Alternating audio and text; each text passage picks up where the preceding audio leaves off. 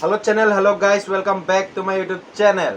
বন্ধুসকল আজি আমি কথা পাতিম অসমৰ আটাইতকৈ ধনী ইউটিউবাৰ জন আৰু যাৰ নাম হৈ গৈছে মুস্তাফিজুৰ ৰহমান। आओ हिजड़े की औलाद तेरी कमी थी আৰু লগতে কথা পাতিম অসমৰ জনপ্ৰিয় ইউটিউবাৰ বিকাশ চেত্ৰীৰ ওপৰত। अभी मजा आएगा ना भिड़। तो कैसे हैं आप लोग? तो आओ क्या अपने कान में ईयरफोन्स डाल लो। क्या डाल भी नहीं? बहुत तेज हो रहा है। खराब शुरू करते हैं बिना किसी बकचोदी के।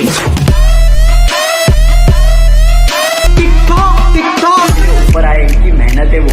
मेहनत तो गधा भी करता है। स्टार बना दे, स्टेज पे नचवा दे, मूवी प्रमोट करवा दे और फिर वो বন্ধুসকল ৰাজ্যৰ আটাইতকৈ ধনী ইউটিউবাৰ মুস্তাফিজুৰৰ ওপৰত উঠিছে এটা ভয়ংকৰ অভিযোগ আৰু আপোনালোকে নিশ্চয় গম পাইছেই চাগে।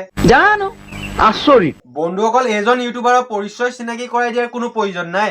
অসমৰ ইউটিউবাৰসকলৰ ভিতৰত মুস্তাফিজুৰে আটাইতকৈ বেছি টকা উপাৰ্জন কৰে, কিন্তু একদম ঠিক কাম কৰিছে। মাহে লাখ লাখ টকা উপাৰ্জন কৰে মুস্তাফিজুৰে। কিন্তু অসমৰ আটাইতকৈ ধনী ইউটিউবাৰৰ পৰিৱৰ্তে অসমৰ আটাইতকৈ অসভ্য ইউটিউবাৰলৈ পৰিৱৰ্তন হৈছে মুস্তাফিজুৰ। বন্ধুসকল কথাটো হ'ল মুস্তাফিজুৰ বৰ্তমান নাৰী কেলেংকাৰীত পৰিছে। ভিডিঅ'ত অভিনয় কৰাৰ সুবিধা দিয়াৰ চলেৰে অকল যুৱতীকেই নহয় কেইবাগৰাকীও মহিলাৰ সৈতে অবৈধ সম্পৰ্ক গঢ়ি তোলাৰ অভিযোগ মুস্তাফিজুৰৰ বিৰুদ্ধে। এগৰাকী নাৰীয়ে কৈছে নিজ মুখেৰে সংবাদ মাধ্যমৰ আগত, ইয়াৰ কোনো চাক্ষুষ প্ৰমাণ নাছিল যদিও দৈহিক মানসিক প্ৰবঞ্চনাৰ বলি হোৱা যুৱতীয়ে মুখ খুলিলে ইউটিউবাৰ মুস্তাফিজুৰৰ বিৰুদ্ধে। ছোৱালীজনীৰ লগত দেহৰ সম্পৰ্ক কৰিব বিচাৰিছিলে হেনো আমাৰ মুস্তাফিজুৰে। বন্ধুসকল কিমান সঁচা কিমান মিছা নাজানো, বাট সেই যুৱতীগৰাকীয়ে নিজ মুখেৰে কৈছে সংবাদ মাধ্যমৰ আগত।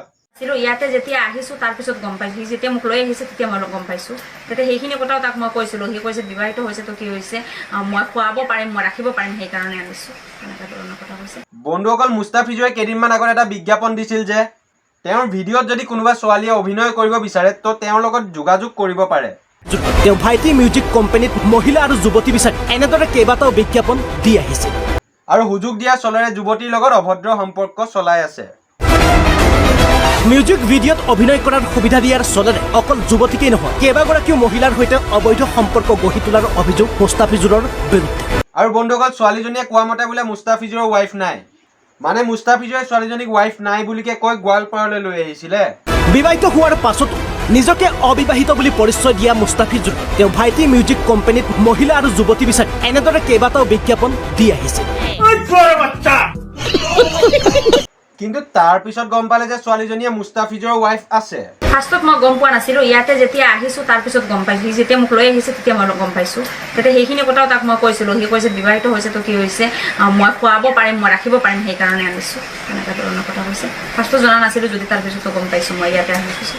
कौन है ये लोग?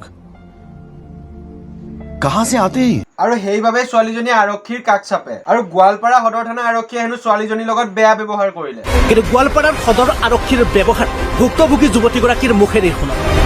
আৰু আজি যিটো সদৰ থানাত অচি চাহাবে মোৰ লগত যিটো বেয়া ব্যৱহাৰ কৰিল, মোক ধমকাই তাৰপিছত চাইনটো ল'ল, কাগজ এটাত চাইনটো ল'ল, চাইন লৈ মোক মই যেতিয়া আহি আছোঁ ওলাই মুস্তাফিজুৰ ৰহমানে সেই হাঁহি আছে, তাতে সি থিয় হৈ হাঁহি আছে, সি ইমান ডাঙৰ এটা অপৰাধী তাতে সোমাই অচিৰ সন্মুখত বহি হাঁহি আছে, ওলাই আহি হাঁহি আছে আৰু মই ইমান অপমান হৈ আছোঁ কিয় সেইটো মই। বন্ধুসকল কথাটো এনেকুৱা, আপুনি যদি কেতিয়াবা কোনোবা অনুষ্ঠান বা কোম্পানীত যায় আপুনি সেই অনুষ্ঠান বা কোম্পানীটোৰ বিষয়ে ভালদৰে জানি ল'ব লাগিব, কাৰণ বন্ধুসকল আজিৰ যুগত নিজৰ চাহটোকো বিশ্বাস কৰিব টান। বন্ধুসকল মোৰতো কিবা গেম টাইপৰহে লাগিছে আৰু তোমালোকে কি ভাবিছা কমেণ্ট কৰি জনাবা। यही नहीं अभी और सुनिए। আৰু ছোৱালীজনীয়ে কৈছে মুস্তাফিজুৰ হেনো বিবাহিত। আৰে ভাই মুস্তাফিজুৰ যে বিবাহিত সেইটো সকলোৱে গম পায়, পাগল নেকি? আৰু তেওঁ বিভিন্ন ব্লগত দেখাও যায়। বন্ধুসকল এই কথাবোৰ মুস্তাফিজুৰে দেখাৰ পিছত কি কৈছে এবাৰ চাই লোৱা। আৰু অতি সোনকালে আপোনালোকে যি মই বিচাৰিম এইটো কোৰ্টত যাওক, কেছটো কোৰ্টৰ ৰিজাল্ট আহিলে আপোনালোকে নিশ্চয় গম পাব যে মুস্তাফিজুৰ ৰহমান ৰাইট আছিল নে ৰং আছিলে। বাছ কেইটামান হয়তো দিন যাব, কোৰ্টত যাওক কেছটো মই বিচাৰোঁ। মই যদি ছোৱালীজনী কোৰ্টত নিনিয়ে মই নিজে কেছটো কোৰ্টত নিব বিচাৰিম। মই এইটোৱে বিচাৰিম যে ছোৱালীজনীয়ে যদি এই মুহূৰ্তত কোৰ্টত কেছ নকৰে মই কেইদিন চাম, যদি তেনেহ'লে মই নিজে ছোৱালীজনীৰ ওপৰত মোৰ মানহানি এটা কেছ লগাম, তাৰপিছত কোৰ্টত যাওক সি, তাৰপিছত প্ৰুফ কৰক। মই আৰু এবাৰ কৈছোঁ ছোৱালীজনীক আঙুলিয়াই দিব বিচাৰিছোঁ, তুমি যদি মোৰ নামত কোৰ্টত কেছ নকৰা মই তোমাৰ কোৰ্টত কেছ কৰিম। ফাৰ্ষ্ট মই তোমাক মৌকা দিছোঁ, তুমি কেছ কৰা মোৰ নামত, আজি কৰিব নোৱাৰা মই তোমাৰ নামত মানহানি কেছ কৰিম। তাৰপিছত কোৰ্টত গৈ পেলাই মই তোমাৰ মুখামুখি হ'ম আৰু কোৰ্টত গৈ পেলাই মই তোমালোক বাৰু কি ক'ম যে কোৰ্ট কেছ খেলিব লাগে খেলিম, আৰু তাত তুমি উইনাৰ হোৱা নে মই উইনাৰ হ'ম এইটো অসমবাসীয়ে নিশ্চয় দেখা পাব। কিয় মানে তুমি পাবজি খেলি আছো বুলি ভাবি লৈছিলা নেকি?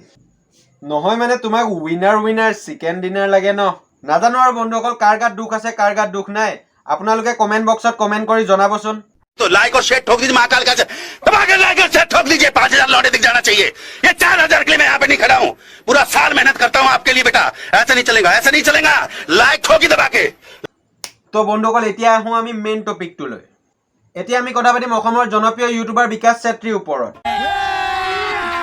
अभी मजा आएगा ना भिड़ो বন্ধুসকল অসমৰ বানপানীৰ কথা আপোনালোকে নিশ্চয় গম পাই কিমান ভয়ংকৰ হৈ গৈছে বৰ্তমান এতিয়া অলপ কমিছে বাৰু रुको जरा सबर करो তো বন্ধুসকল কথাটো হ'ল কিছুমান ইউটিউবাৰে বানপানীৰ নামত সহায়টো নকৰে কিন্তু বানপানীৰ নামত চেনেলত ভিডিঅ'ৰ লাইন লাগি গৈছে মুঠতে বানপানীৰ নামত ভিউজ লৈ আছে बंद करो हाथ जोड़ के मैं বন্ধুসকল এই ইউটিউবাৰবোৰৰ ওপৰতে ৰিয়েক্ট কৰি বিকাশ চেত্ৰীয়ে ইনষ্টাগ্ৰামত এটা ষ্টৰি দিছিলে देख लो भाई কেইটামান ইউটিউবাৰে একোটো কৰা নাই বানপানীৰ নামত ভিউজে লৈ আছে আৰু বেলেগ ইউটিউবাৰবোৰক টাৰ্গেট কৰি কথা কয় ভাই লগ মই সদায় আগবাঢ়ি আহোঁ এইবোৰ কামত বানপানীৰ নামত ফানি ভিডিঅ' বনাব নাযাওঁ যিমান পাৰোঁ সদায় হেল্প কৰোঁ আৰু কৰি যাম বন্ধুসকল বিকাশ চেত্ৰীৰ এই কথাটোত মই 100% ছাপোৰ্ট কৰিম আৰু তোমালোকে কি ভাবা কমেণ্ট কৰি জনাবা বন্ধুসকল যদিহে ভিডিঅ'টো ভাল লাগিলে লাইক কৰা কমেণ্ট কৰা শ্বেয়াৰ কৰা আৰু চেনেলটোত যদি কোনোবা নতুন ছাবস্ক্ৰাইব কৰি ল'বা বন্ধুসকল নতুন এটা ভিডিঅ' প্ৰতিশ্ৰুতিৰে আজিলৈ দিছোঁ বাই